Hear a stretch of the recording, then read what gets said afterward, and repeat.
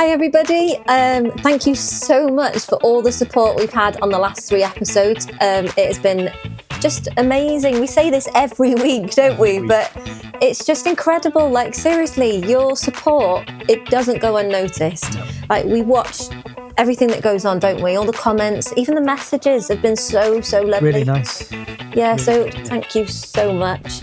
If you haven't already, please hit the subscribe button and don't forget to like this and click the bell icon. And share the video if you like it. Yeah, we've had a few people that have said they've shared it. Sometimes we can't see that on social media, so I'm really sorry if we haven't liked it. Drop us a message saying that you've shared it as well, or in the comments write it, and then I'll always make sure I come onto your page. And yeah, we'll interact and support each other, because that's what it's about, isn't it? If you want to find out a bit more about me, keep listening, because throughout this episode I'll explain a little bit about my background, and Tom, you'll be taking over this episode, won't you? So let's get into it. Come on then. Episode 4.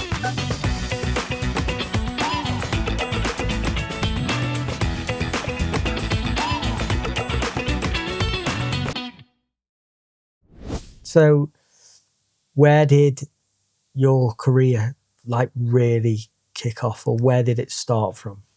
When I was a little girl, I used to sing in front of the TV to Spice Girls. So my mum and dad have got photos and videos of me like growing up, where I used to get a hairbrush and I'd be there like singing along, and they'd come into the lounge and, you know, I'd put, because it was tapes, wasn't it, back then? Yeah. And so you pushed it. I remember having this tape of the Spice Girls, and every day I'd be like putting it into the thing and just singing in front of the TV. So I guess my music side starts from a really young age as a child. So did that continue on through school, or? Yes. It did? Yeah.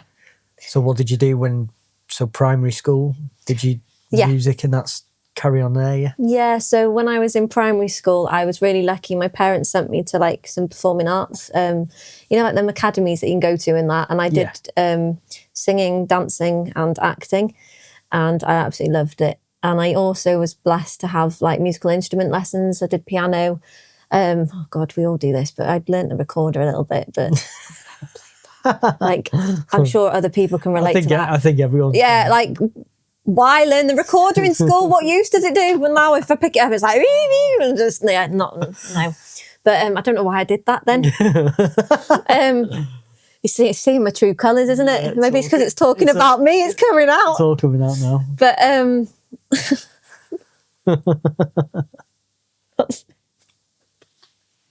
it's not like you're playing a flute. So in school, in primary school, I had the musical lessons. I did performing in the school plays and stuff like that. And I think that's when I really realised that I love singing and music and acting. Dancing, not so much. Like I tried and I can't dance.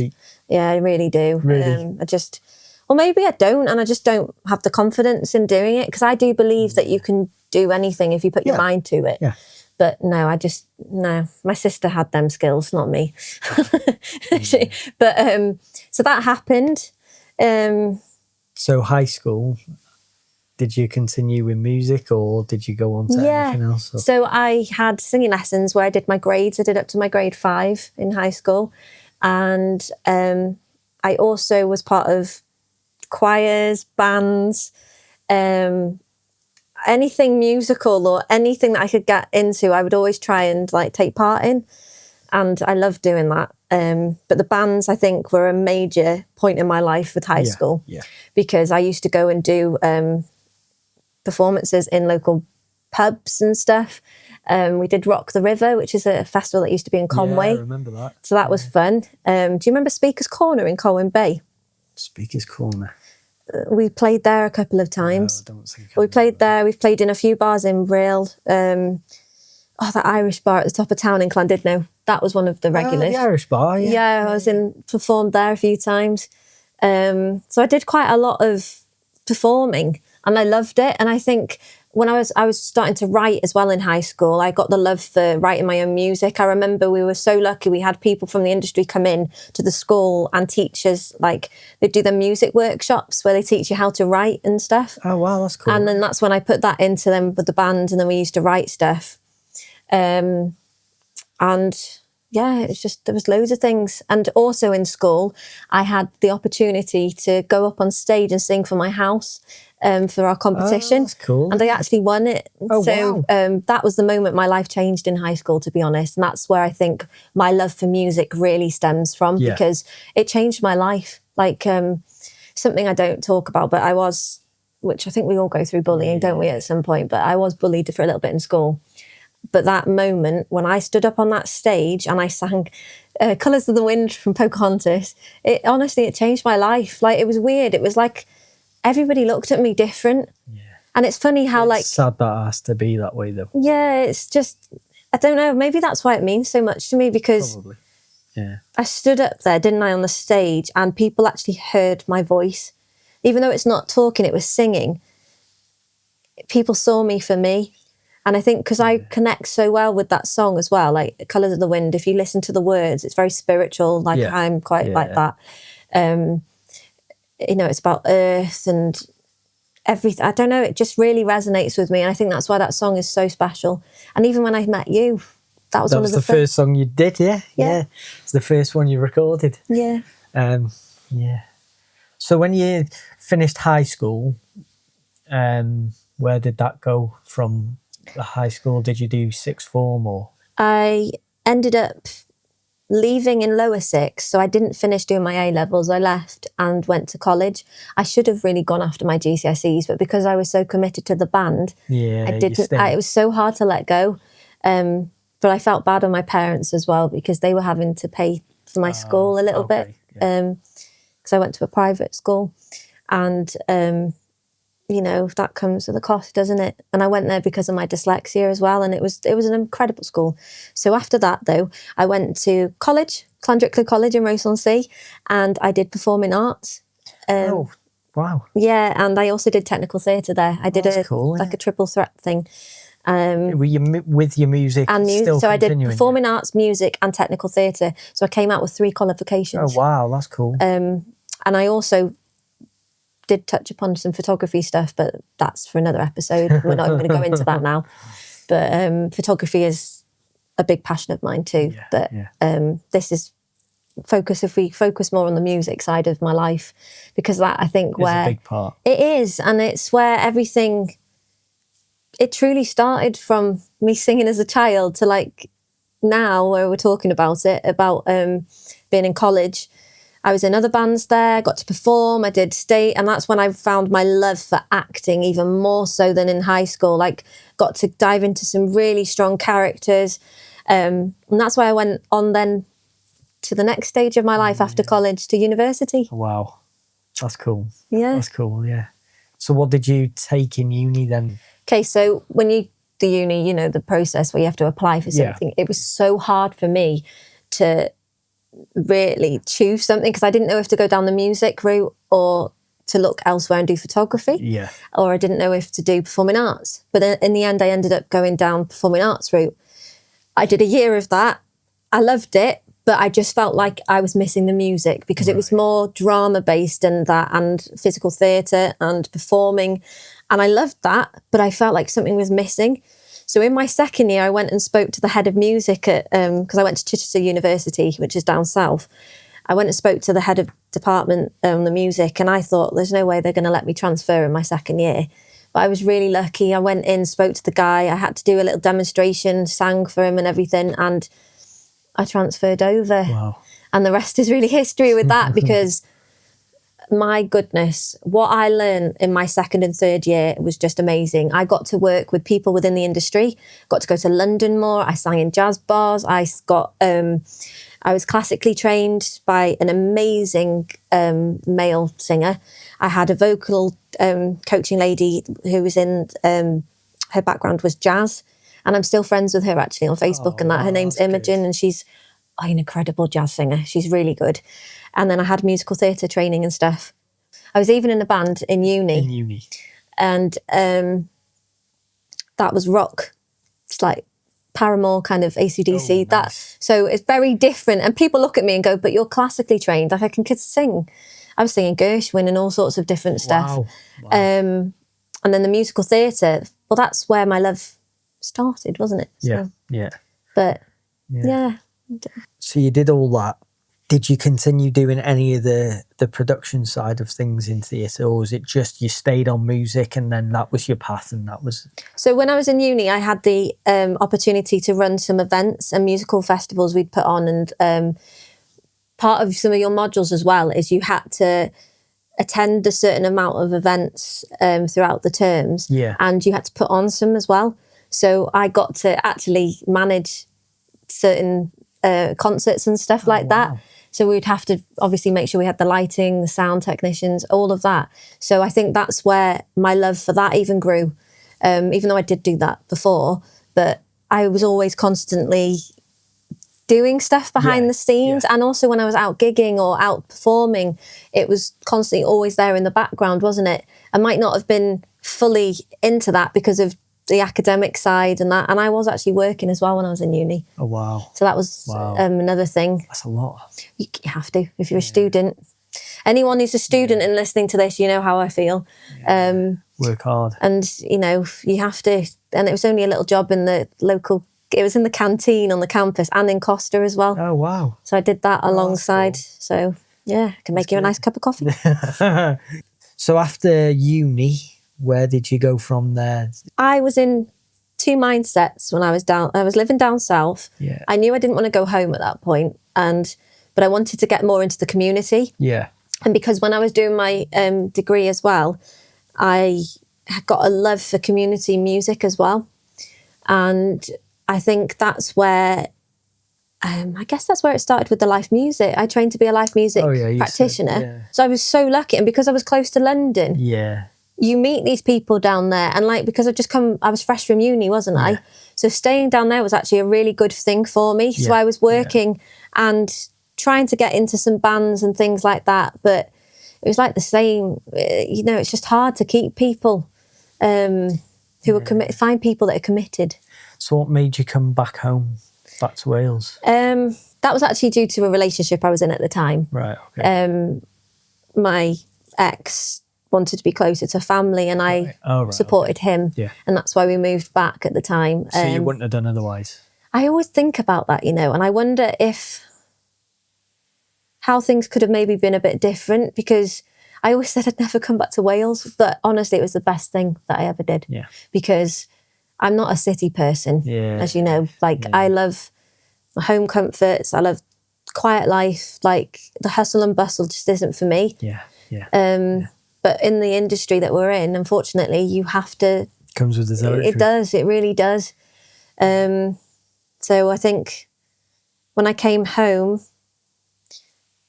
I stepped back away from it a bit. And I think that's when I realised I lost myself. I got into being an activity coordinator, which is nothing to do with anything that I've done my background in. So I ended up going to do my teaching as well, because it was either my teaching or my music therapy. I was going to do my master's in music therapy, and I decided, let's go down the teaching route, because then I thought maybe I could become a vocal coach or, like, you know, do singing lessons or something. How did your life change after getting home?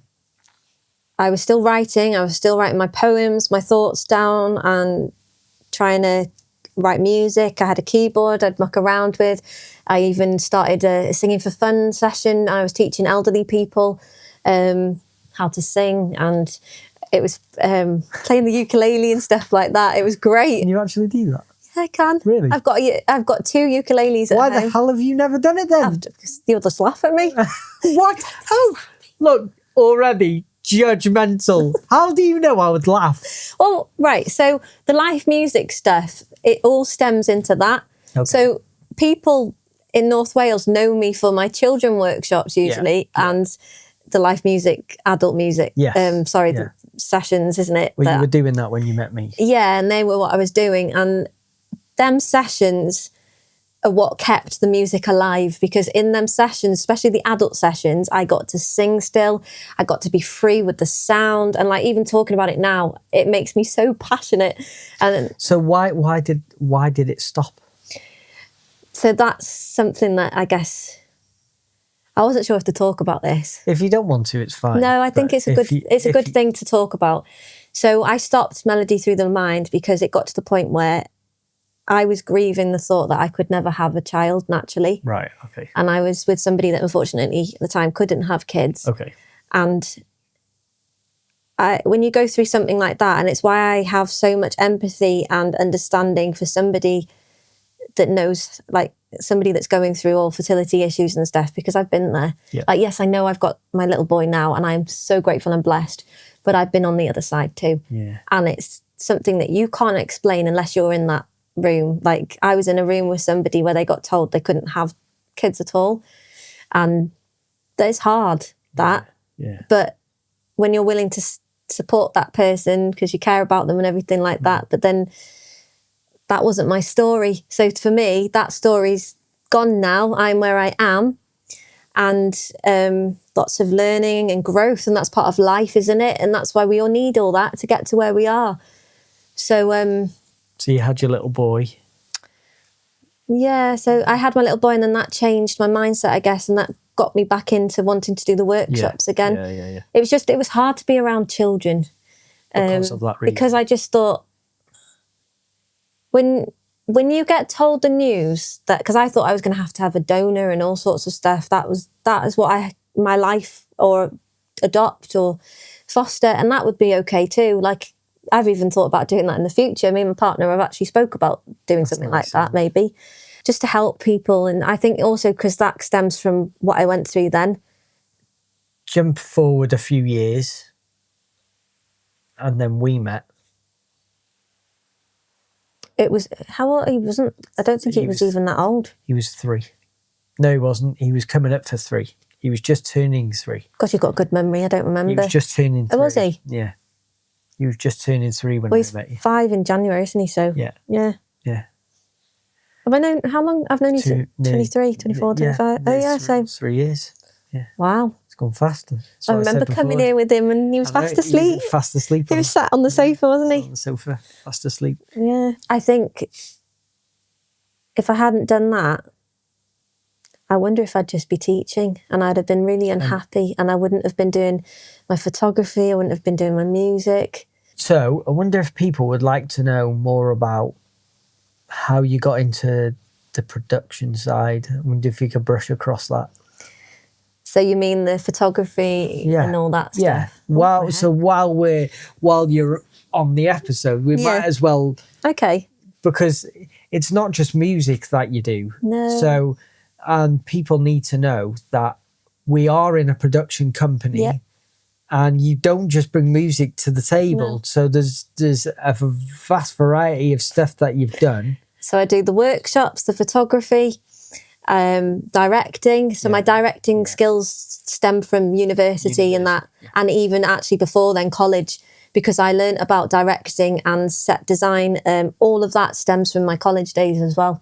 And I've been lucky to be in the industry, I guess, because in uni I had experiences with directors and people like that. I got to meet people. I did courses and stuff. So there's so much of my life that I could talk about, but would be here forever. But the basis of it is I've gained so many skills, some as well through just learning and through people like yourself. You've taught me, to be honest, I think I've learned more photography than I did in my GCSEs, because I did GCSE art and stuff like that. Yeah. I've learned more photography stuff through going out and just doing it as a profession. Yes, I've done training and things, but you might be on one job, and one job might be really relaxed, and you might just say, okay, I've got this one. This is easy. Yeah. Okay, if I can do this, I can do any job. Doesn't always work like that. No, it doesn't. You'll go on the next job, and the next job might be, Jesus Christ, you might never sit down. You might just be rushing here, there and everywhere and thinking, God, how am I going to get out? Plus you have clients, don't you, that are very different. Very different, yeah. Yeah. Learning on the job is a massive part of learning your profession. I think also with the photography, I only saw it as a hobby and I didn't know my worth with it. Like you said before, it was just the music you focused on. Yeah. You went down that road. So growing up, I loved my photography. I love taking photos of things, and my family are going to take the mick out of me when they listen to this because I'm known as the person that takes photos of everything. Like, I can't help it. It's because memories. I capture memories. And I know this because we'll go on a job here we go. that requires about 20 pictures, and we get back to the studio, she offloads the card, and there's 300 pictures. I know, and it's something I'm getting better at. And I'm like, you've took 10 pictures of the same thing. It's not that much. I just realised what you said. It's like 2. There is 2. No, there is not. Maybe there 3. isn't. There is. I can prove this. I've got them on my Lightroom. Oh, yeah. It's my Lightroom too. Okay then. But, so, if anyone wants to see, there's 10 pictures of the same. No, there isn't. Well, there might be different angles, and I like to see. I'm very. No, I know. It's funny. I think the past 6 months, I'd say I've come on a lot. You have come on a lot. Like yeah. the people I've taken photos of. That is going to grow the more and more you do it. And people don't see it. They don't see any of my work, and it's why I need to start showing more. Like we showed the holiday let stuff, haven't we?